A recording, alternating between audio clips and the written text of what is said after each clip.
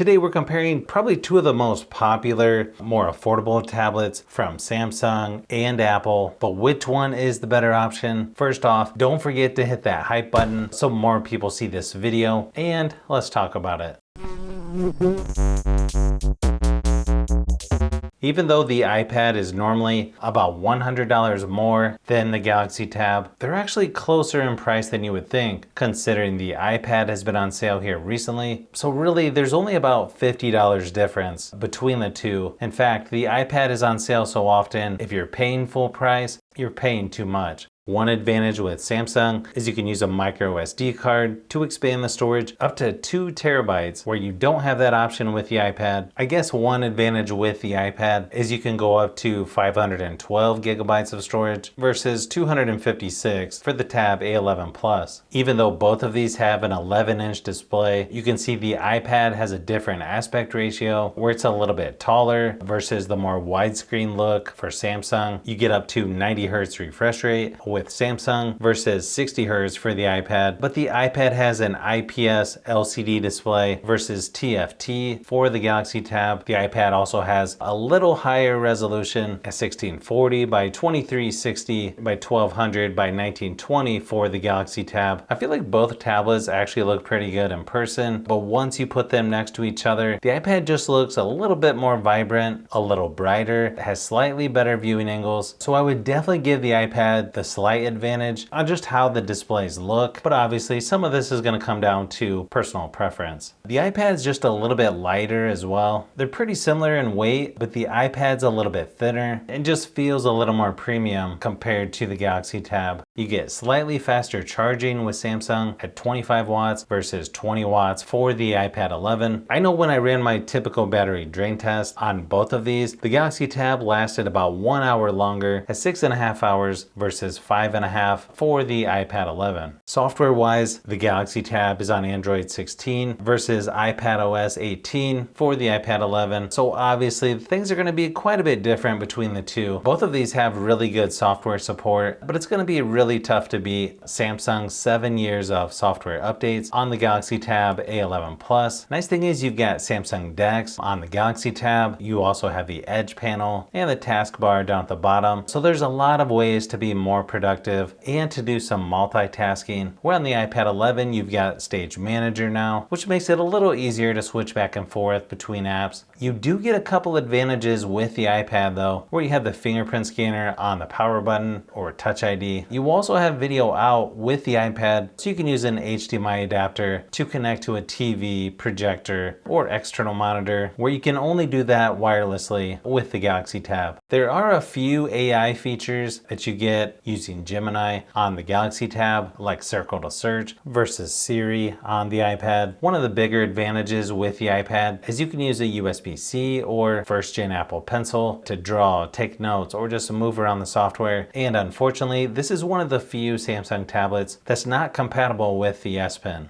Now, performance-wise, both of these tablets start with 6 gigabytes of RAM, but you can also go up to 8 gigabytes of RAM on the Galaxy Tab if you go with the 256 gigabyte storage option. The iPad's A16 Bionic chip is definitely going to be more powerful than the MediaTek Dimensity 7300 processor that comes in the A11 Plus, as you can see by the benchmark results. I think both are fine as far as multitasking, or if you want to do gaming, I think the Galaxy Tab does okay. The iPad is definitely the better option for most games that you would be playing, and if you want the tablet that has the better performance and that's better for gaming, you'll definitely want to choose the iPad 11. One advantage with the Galaxy Tab is you have 2 speakers on each side versus only 1 on each side for the iPad. I know it looks like 2, but that's just for looks. The Galaxy Tab definitely sounds a little bit louder overall. You also get a headphone jack on the Galaxy Tab, where you don't have that on the iPad 11. But here's a quick sample of each, just to give you an idea of how they compare.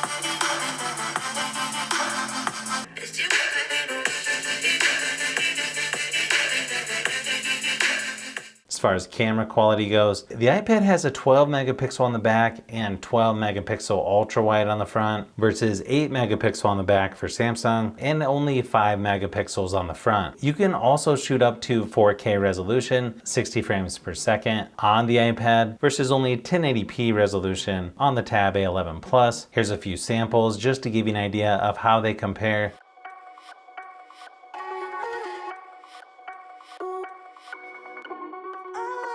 I think if you're gonna do a lot of Zoom meetings, FaceTime, that kind of stuff, the iPad is gonna make more sense. I think after comparing these two a little closer, it's gonna come down to what kinds of stuff you need to do and personal preference. But just by paying a little bit more, you get quite a few more features on the iPad, like using the Apple Pencil, you've got video out, the fingerprint scanner, a little better screen quality, and of course the better performance. If you really need that 90 Hz refresh rate, the expandable storage by using a micro SD card, and you just want to save a little bit more money, then I could see going with the Galaxy Tab A11 Plus. I'm definitely going to be doing some more comparisons with the A11 Plus. Not to mention I've got quite a few more things that I'm working on as well, so you'll want to keep an eye out for those upcoming videos.